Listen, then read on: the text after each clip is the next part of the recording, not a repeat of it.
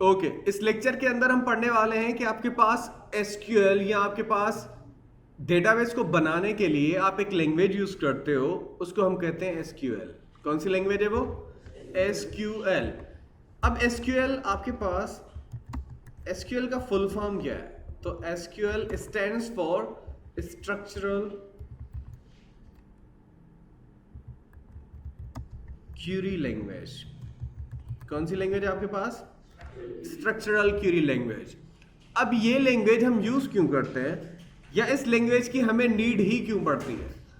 तो यही structural query language होती है जिसके अंदर हम जितने भी डेटाबेसेस होते हैं हम बनाते हैं। सही है, और भी लैंग्वेजेस हैं जिसके अंदर हम डेटाबेसेस बना सकते हैं, जरूरी नहीं है कि एसक्यूएल ही यूज करें, आपके पास और भी है लैंग्वेजेस। सही है। अब आपने एसक्यूएल को यूज करना है, तो एसक्यूएल इज लैंग्वेज आपकी हाई लेवल लैंग्वेज है, जैसे आपने जावास्क्रिप्ट पढ़ी थी ना, एज इट इज आपके पास ये भी एक क्या है? हाई लेवल लैंग्वेज है। आपको मैंने पढ़ाया था कि हाई लेवल, लो लेवल और मिडिल लेवल लैंग्वेजेस कौन सी होती हैं, याद है कुछ, जब हमने जावास्क्रिप्ट का इंट्रो किया था। क्लियर? और ये जो रिकॉर्डिंग कर रहा हूं आपको ये दूंगा, अपलोड नहीं होगी ये भी। क्लियर है?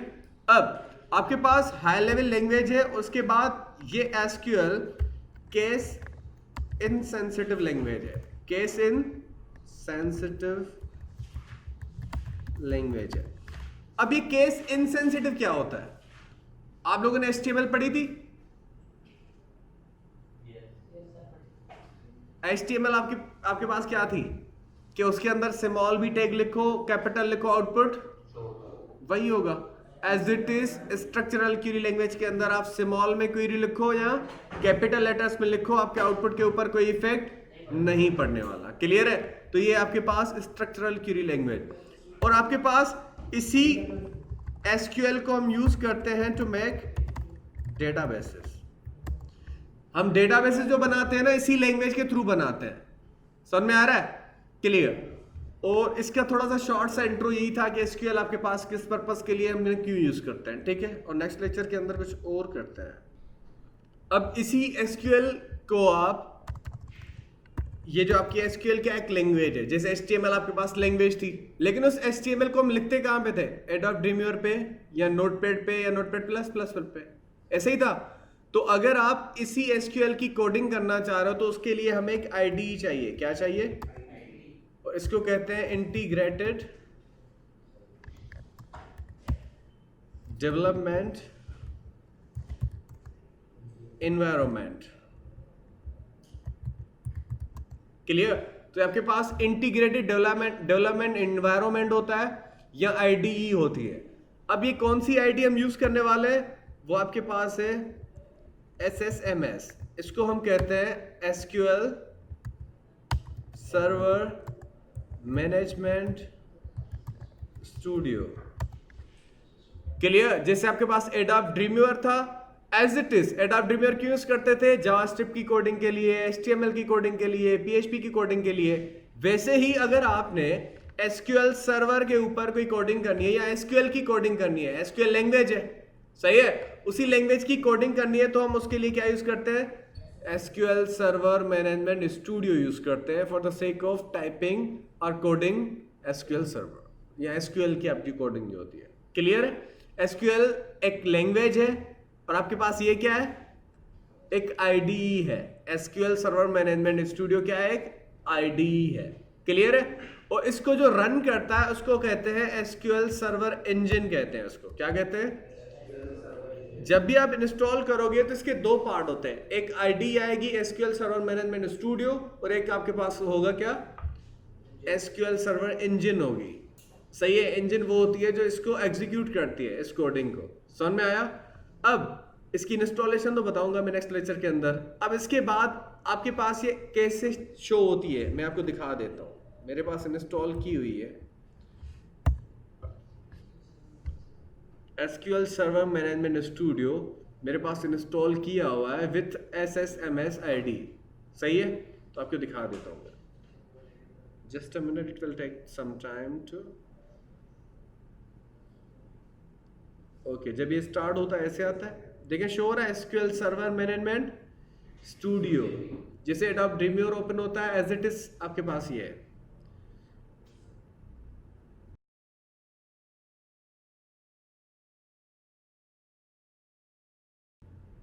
तो आपके पास ये ऐसे शो होती है।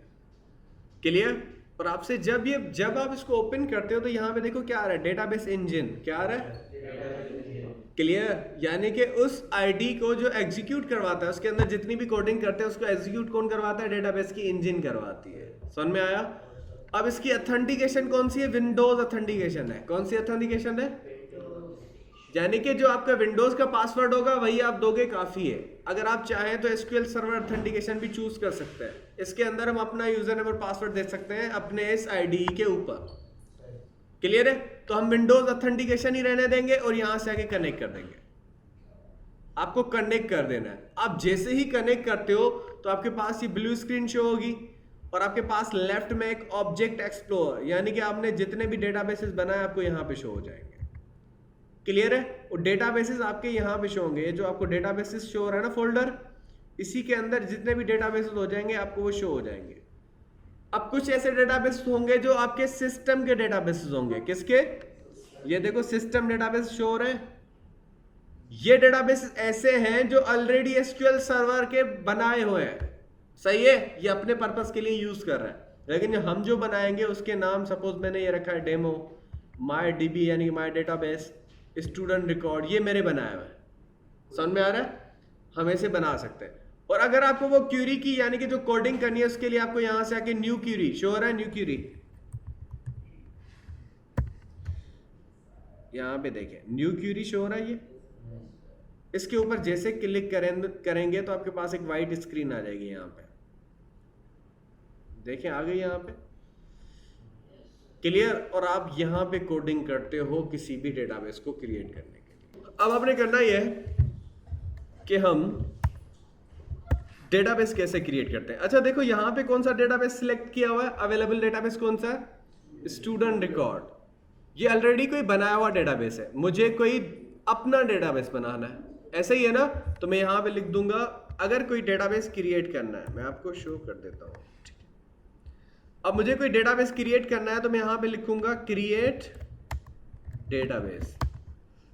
सिंपल जो इंग्लिश होती है ना वही आप समझ लो एसक्यूएल है। आपको खुद को समझ में आ रहा होगा कि मैं क्या करना चाह रहा हूं। इससे समझ में आ रहा है? क्रिएट डेटाबेस यानी कि हम कोई डेटाबेस क्रिएट करने वाले हैं। समझ में आया? फिर हम डेटाबेस का नाम देते हैं, फिर जो भी आप डेटाबेस का नाम रखोगे आपकी मर्जी है। क्लियर? मैं ऐसा करता हूं, उसका नाम रख देते हैं HBL डेटाबेस। समझ में आया? क्लियर? एक ऑर्गेनाइजेशन है जिसका डेटाबेस बना रहे हैं। क्लियर? और आपको अगर इसको एग्जीक्यूट करना है तो क्यूरी को सिलेक्ट करेंगे। क्या करेंगे?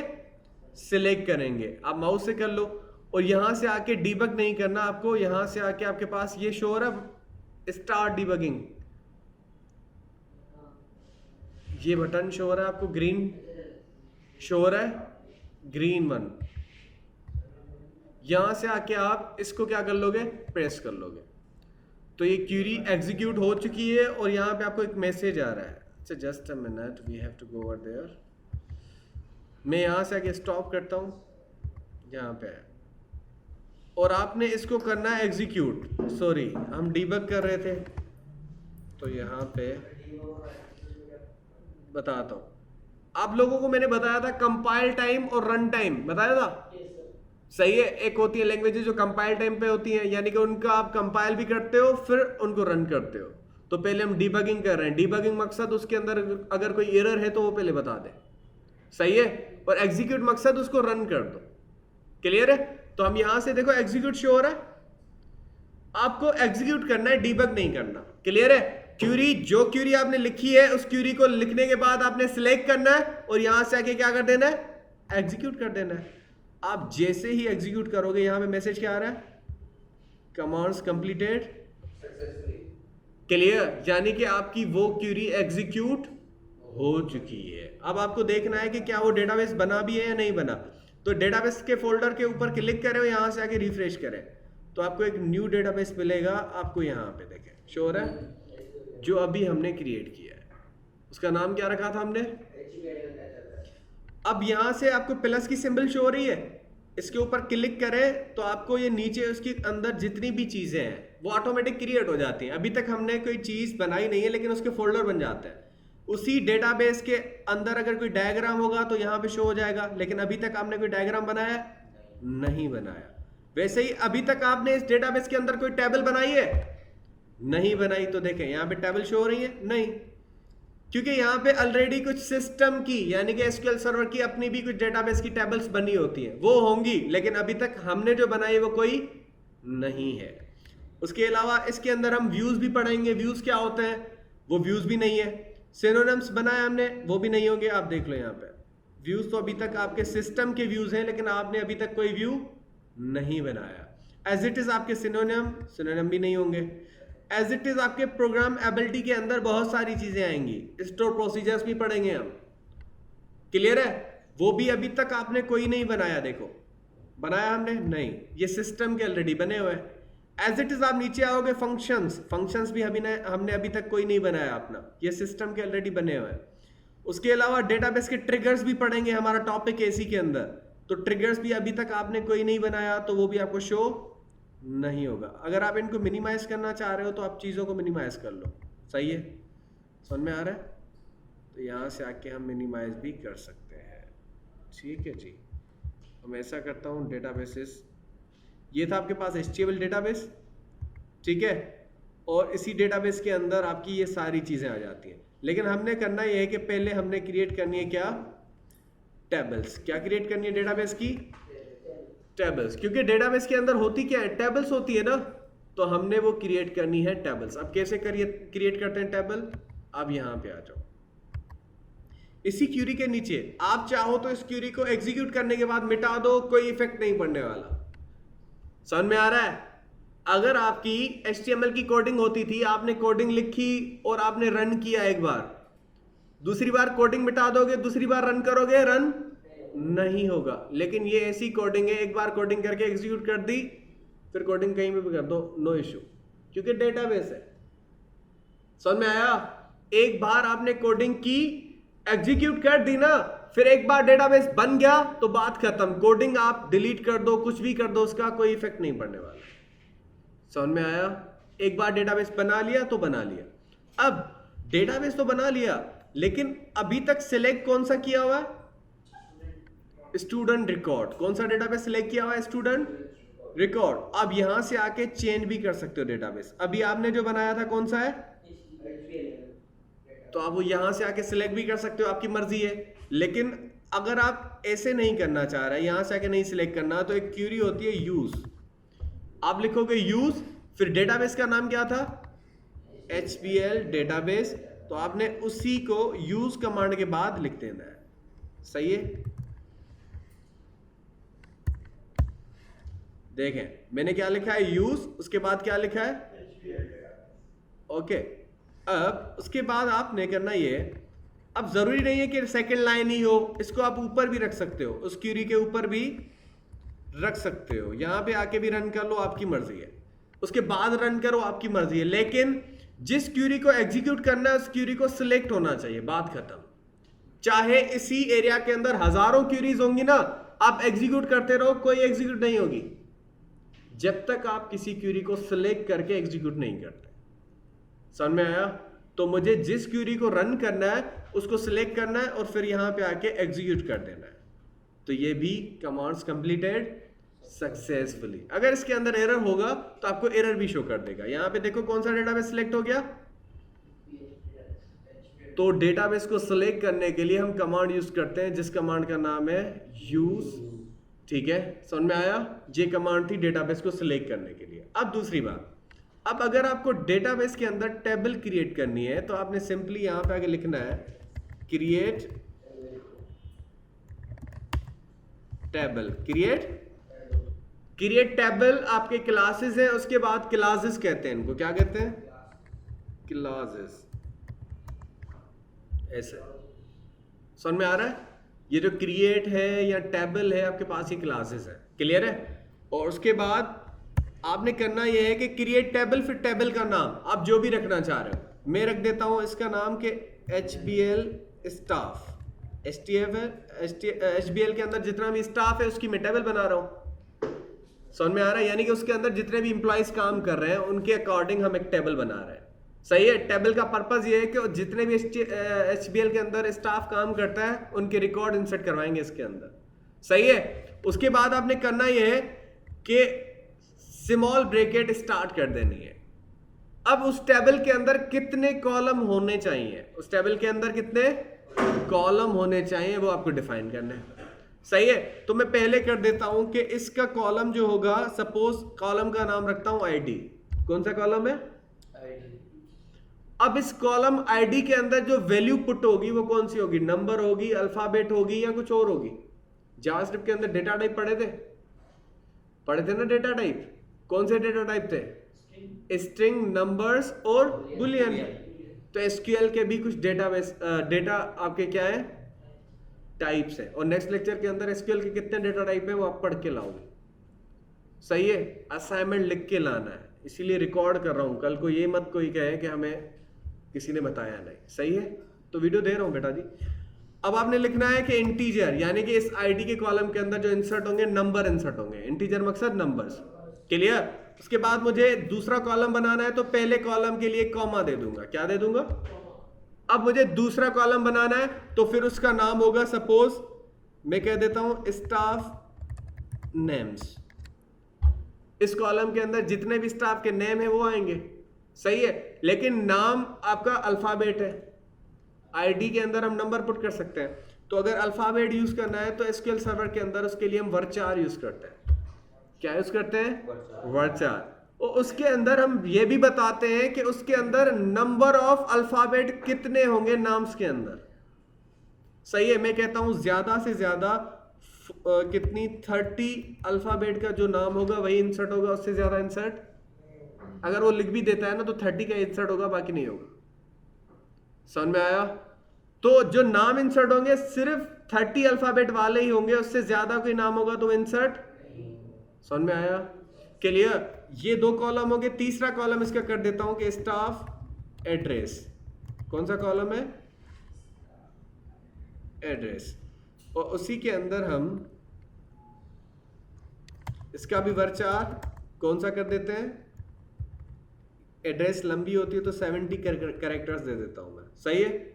अब ये जो मैंने लास्ट में ब्रैकेट क्लोज किया है, ये ब्रैकेट जो आपने यहां से स्टार्ट की थी, यहां पे देखो, जब आप क्रिएट टेबल की आपने स्टार्ट की थी ना ब्रैकेट, वही ब्रैकेट आपको बिल्कुल लास्ट में क्लोज भी करनी है। श्योर है?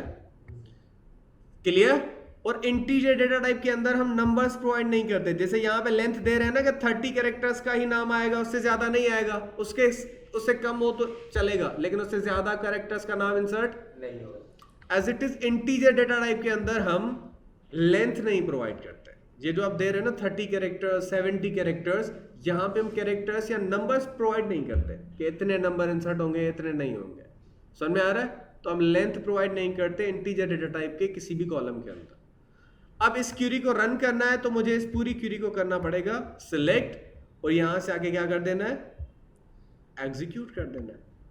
तो आपकी ये कमांड्स कंप्लीटेड सक्सेसफुली, यानी कि आपकी टेबल क्रिएट हो चुकी है। अब यहां पे आए और इसी डेटाबेस के ऊपर क्लिक करें। यहां पे रिफ्रेश का बटन शो है। क्लिक करने के बाद आप F5 भी प्रेस कर सकते हो, यहां से आके रिफ्रेश भी कर सकते हो। आप जैसे रिफ्रेश करेंगे टेबल्स के अंदर जाएंगे तो आपकी एक टेबल बन चुकी है, देखो शो हो रही है, जिसका नाम क्या है? DBO डॉट, समझ में आ रहा है? HBL staff, DBO dot HBL staff. अब ये DBO क्या है? DBO तो आपके पास ये कहलाता है डेटाबेस। सही कह रहे हो, डेटाबेस। D मकसद डेटा, B मकसद बेस, O मकसद ऑब्जेक्ट। सुनो, अब जितने भी SQL सर्वर के अंदर या आप SQL के अंदर जितने भी ये जो बना रहे हो ना tables in the form of object store होते हैं। In the form of object store होते हैं। ऑब्जेक्ट यानी कि मैंने बताया था ऑब्जेक्ट कितने हो सकते हैं। ऑब्जेक्ट आप हो, मैं हूं, सारे हम ऑब्जेक्ट हैं। सही है। तो टेबल जब भी डेटाबेस के अंदर बनता है ना, तो डेटाबेस के अंदर टेबल जो स्टोर करते हैं, रखते हैं, वो in the form of object होती है। इन द फॉर्म ऑफ, तो इसीलिए उसके सामने लिखा हुआ है कि ये डेटाबेस का ऑब्जेक्ट है।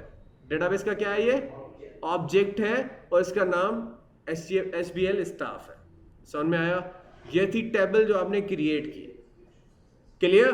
अब उसी टेबल के अंदर मैं थोड़ा सा इंट्रो बता देता हूं कि कैसे डेटाबेस बनते हैं। सही है? तो अभी तक आपने डेटाबेस बना लिया है, उसको कैसे सिलेक्ट करते हैं और टेबल कैसे बनाते हैं उस डेटाबेस के अंदर। अब आपने पढ़ना यह है कि उसी डेटाबेस की टेबल के अंदर नंबर ऑफ वैल्यूज कैसे पुट करते हैं। समझ में आया? अब आपने ये देखना है कि डेटाबेस की स्ट्रक्चर कैसे बनी है। आप देख सकते हो, यहां से देखो, राइट क्लिक करो यहां पे और ये जो टेबल बनाई है ना इसके ऊपर राइट क्लिक करो और इसकी डिजाइन देख लो। क्या देख लोगे? इसकी डिजाइन। तो यहां से डिजाइन के ऊपर क्लिक करें तो आपको शो कर देता हूं। यहां पे देखो शो रही डिजाइन। एक कॉलम कौन सा बना है? आईडी का।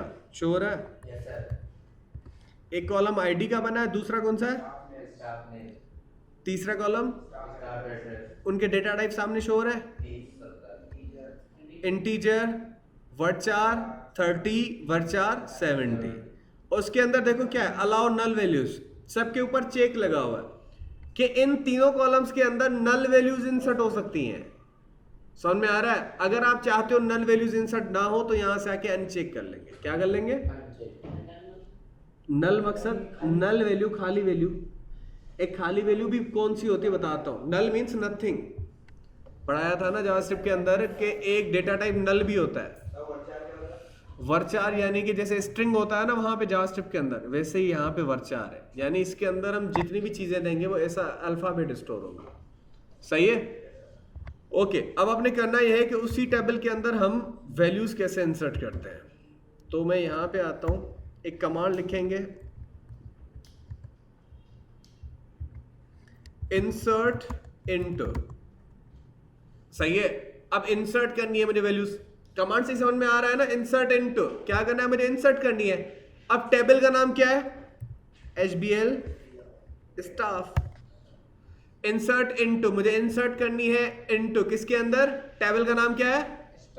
HBL staff. और उसके बाद आपने बतानी है वैल्यूज। क्या बतानी है? कि मुझे इस टेबल के अंदर वैल्यूज पुट करनी है। क्या पुट करनी है? वैल्यूज पुट करनी है। समझ में आया? इंसर्ट इनटू फिर टेबल का नाम, जो भी होगा टेबल का नाम। अभी मेरे पास एक टेबल है HBL स्टाफ, तो उस लिहाज से मैंने उसका नाम दे दिया। अब उसके अंदर क्या पुट करनी है मुझे? वैल्यूज पुट करनी है। तो कितनी वैल्यूज पुट करनी है? अब कॉलम कितने हैं मेरे पास? 3 कॉलम है, तो यहां से वैल्यूज भी 3 ही भेजनी है। समझ में आ रहा है? अगर आप ज्यादा वैल्यूज भेजोगे तो एरर आएगा कि वहां पे 3 कॉलम है, आप 4 कॉलम या 5 कॉलम की वैल्यू पुट कर रहे हो। और अगर आप कम वैल्यू भी पुट करोगे तो भी एरर आएगा, क्योंकि ये डेटाबेस है, ये आपकी कोई MS वर्ड के अंदर टेबल बनी हुई नहीं है। समझ में आ रहा है? और हाँ, नल वैल्यू पुट कर सकते हैं, क्योंकि वहां पे हमने किया है ना कि नल वैल्यू पुट कर सकते हो, क्योंकि उन कॉलम्स के अंदर हमने नल वैल्यूज को अलाउ किया हुआ है। आप नल वैल्यू पुट कर सकते हो। अब कैसे करते हैं वो भी बताऊंगा, लेकिन पहले देख लो। अब मैं पहले आईडी का कॉलम, उसके लिए 1 भेज रहा हूं यहां से। सही है? फिर स्टाफ मेंबर का नाम लिख देता हूं मैं। अच्छा, अब आपने इंटीजर डेटा टाइप की जब वैल्यू प्रोवाइड करनी है ना, अगर कोई कॉलम इंटीजर है, आईडी का कॉलम क्या इंटीजर है, इसकी वैल्यू देनी है, तो आपको डबल कोट या सिंगल कोट नहीं देने, डायरेक्ट लिख दो। सही है? कॉमा के बाद दूसरा कॉलम शुरू हो गया। तो दूसरा कॉलम कौन सा है हमारे पास? Staff names. तो अगर आप अल्फाबेट लिख रहे हो या वर्चार डेटा टाइप का आप यहां से वैल्यू भेज रहे हो, तो आपको सिंगल कोट्स के अंदर लिखना। समझ में आया? मैं यहां से सिंगल कोट के अंदर लिख देता हूं सपोज फैजान, और उसके बाद कॉमा देता हूं, उसके बाद एड्रेस उसकी, क्योंकि थर्ड कॉलम मेरा वही है। सही है? तो कॉमा के बाद न्यू कॉलम स्टार्ट हो जाता है, और वो आपको सिंगल कॉलम सिंगल डॉट के अंदर लिख देना है हैदराबाद, वही कवर करना है। सेमीकोलन आप दो या ना दो, आपकी मर्जी है, ऑप्शनल है। समझ में आया? क्लियर है सबको? अब इसी क्वेरी को हम सिलेक्ट करेंगे और यहां से आके एग्जीक्यूट कर देंगे। तो 1 रोज इफेक्टेड, देखो मैसेज चेंज हो रहा है। पहले आ रहा था कमांड्स कंप्लीटेड सक्सेसफुली, अब क्या आ रहा है? 1 रोज इफेक्टेड। इसका मकसद, रो मकसद अगर एक रो होगा तो रो, अगर ज्यादा होंगे तो रोज। हाँ, उसने इसी वजह से तो लिखा है ब्रैकेट्स के अंदर कि अगर हम कभी कभार एक रो इंसर्ट करते हैं, कभी कभार ज्यादा रोज भी इफेक्ट करवा सकते हैं। मैं मल्टीपल क्वेरीज भी तो इंसर्ट की कर सकता हूँ एक साथ। ठीक है? अभी तक आपने एक रिकॉर्ड इंसर्ट किया है, अब उसकी वैल्यू कैसे देखेंगे? आपने स्ट्रक्चर तो यहां से जाके देखना है, राइट क्लिक करके डिजाइन देख सकते हैं, लेकिन उसके अंदर जो वैल्यूज पुट की वो वैल्यूज कहां से देखेंगे? हमने डेटाबेस बनाया, फिर डेटाबेस को सिलेक्ट किया, फिर उसी के अंदर एक टेबल बना दी।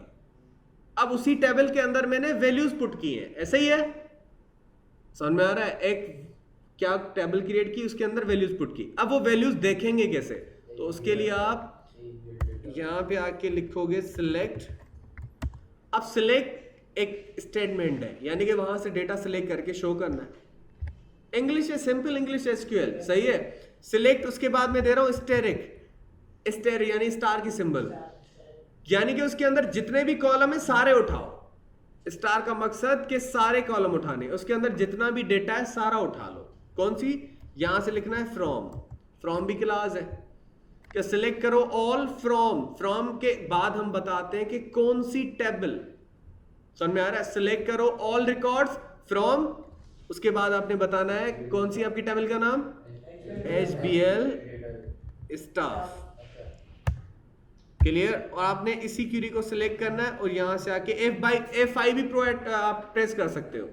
सिलेक्ट करने के बाद एग्जीक्यूट के ऊपर क्लिक करो या F5 प्रेस कर दो, एक ही बात है। तो देखें आपका एक नीचे शो हो रहा है डेटा, शो हो रहा है डेटा कि आपकी उसी टेबल के अंदर कितने नंबर ऑफ रिकॉर्ड इंसर्ट किए हैं। अभी तक एक ही रिकॉर्ड इंसर्ट किया हुआ है, उसकी आईडी क्या है 1, उसका नाम क्या है फैजान, उसकी एड्रेस क्या है हैदराबाद। समझ में आया? तो ये था, आपने एक टेबल बनाई, उसी के अंदर वैल्यूज पुट किए और उन्हीं वैल्यूज को हमने देखा है। समझ में आया? ये थोड़ा सिंपल सा इंट्रो इसीलिए दिया है ताकि आप थोड़ा आइडिया हो जाए आपको कि कैसे डेटाबेस बनते हैं, कैसे हम बनाते हैं। ठीक है, आपका जो भी क्वेश्चन है बताओ। एक क्वेश्चन जी, कौन सा? ईमेल दे सकते हो, ईमेल सब कुछ कर सकते हैं यार, जो भी कहते हो ना कर सकते हैं। हाँ पूछो पूछो। देखो, वेबसाइट से हम जितनी भी डेटा लाते हैं वो इसके अंदर स्टोर करवाते हैं, तो उसका सिंटैक्स तो बनाना होगा ना, उसके लिए डेटाबेस के लिए टेबल्स बनाने पड़ेंगे, सही है। अगर सपोज यूजर का डेटा यहाँ पे साइन अप जितने भी करते हैं डेटाबेस, कहाँ से? वेबसाइट से। जितने भी यूजर मेरी वेबसाइट के ऊपर साइन अप का फॉर्म फिल करके अपना अकाउंट बनाते हैं, उनका डेटा मैं इस टेबल्स के अंदर स्टोर करवा दूंगा, सही है। फिर इसी टेबल से कोई भी प्रोग्रामिंग लैंग्वेज यूज करके डेटा उठा के उसी HTML वाले फॉर्म के ऊपर शो भी कर दूंगा। हाँ नहीं, देखो अब उस प्रोग्रामिंग लैंग्वेज के अंदर जो डेवलपर होगा ना, वो डिपेंड करता, वो आपका क्या करता है, वो डिफाइन करता है कि कौन सी चीज यहां से लेनी है, कौन सी वहां पे शो करनी है। जरूरी थोड़ी है कि जो डेटा इंसर्ट होगा वही शो होगा। ऐसे तो क्रोम वालों के पास अपनी बहुत सारी सिक्योरिटी की चीजें पड़ी है, वो क्या सब दिखाते हैं आपको? फेसबुक के इतने सारे अकाउंट हैं, आपको सिर्फ अपना ही शो होता है ना, किसी और का शो होता है? नहीं होता। These things are according to security, और ये सिक्योरिटी हम प्रोवाइड कर सकते हैं तीनों तरफ की लैंग्वेजेस से। क्लाइंट साइड से भी, जो आपकी वो डिजाइन है वहां से भी थोड़ी बहुत वैलिडेशन कर सकते हैं हम जावास्क्रिप्ट के थ्रू। उसके बाद प्रोग्रामिंग लैंग्वेज भी आपके क्या कर सकती हैं, वो वैलिडेशन प्रोवाइड कर सकती हैं। वैसे ही डेटाबेस के अंदर भी वो वैलिडेशन दे सकते हैं कि कौन सा वैलिड डेटा है और कौन सा शो करना है। समझ में आ रहा है? ये सारी चीजें हम कर सकते हैं प्रोग्रामिंग लैंग्वेजेस और डेटाबेस के थ्रू, सही है। प्रोग्रामिंग लैंग्वेज ऐसी है कि पूरे डेटाबेस के ऊपर कंट्रोल करती है, एज वेल एज डिजाइन के ऊपर भी कंट्रोल करती है।